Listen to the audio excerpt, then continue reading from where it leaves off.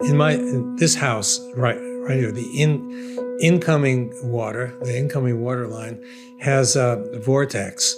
It's a pipe that has a helical interior to it. Like rifling of a barrel, like of a gun?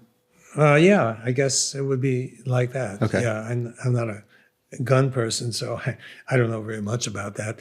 But there's a guy from British Columbia who told me about it, and he actually sent me a few samples. So there's a sample we inserted it in series with the incoming line.